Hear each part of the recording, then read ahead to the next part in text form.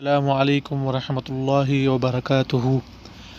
بسم اللہ الحمد للہ والصلاة والسلام علی اشرف الانبیاء والمرسلین نبینا محمد وعلی آلہ واصحابہ اجمعین ومن تبعہم بإحسان الی یوم الدین، اما بعد۔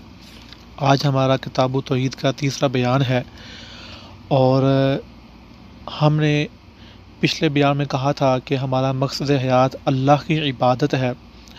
تو یہ اللہ کی عبادت کیسے ہوگی، ہمیں کس طرح پتہ چلے گا، ہمیں کون بتائے گا کہ اللہ کی عبادت کیسے کرنی ہے؟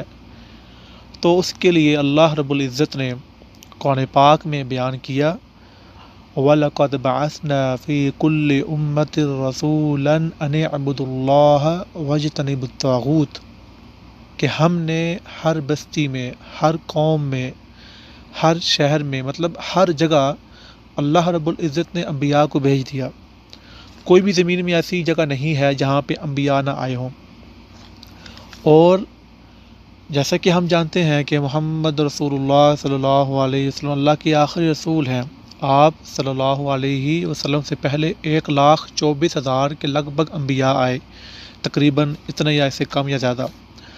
تو ظاہر ہے کہ وہ انبیاء کہاں آئے؟ تو اللہ رب العزت نے جب سے زمین و آسمان کو قائم کیا تو تب سے اللہ رب العزت نے انبیاء کا سلسلہ شروع کیا، حضرت آدم سے لے کر محمد رسول اللہ صلی اللہ علیہ وسلم تک۔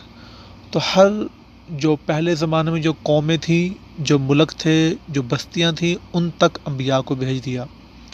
اور جب ہمارے نبی محمد صلی اللہ علیہ وسلم آ گئے تو آپ کے آنے کے بعد تمام جہان والوں کے لیے آپ کا پیغام ہے، اور آپ جو ہے تمام جہان والوں کے لیے اللہ کے نبی ہیں۔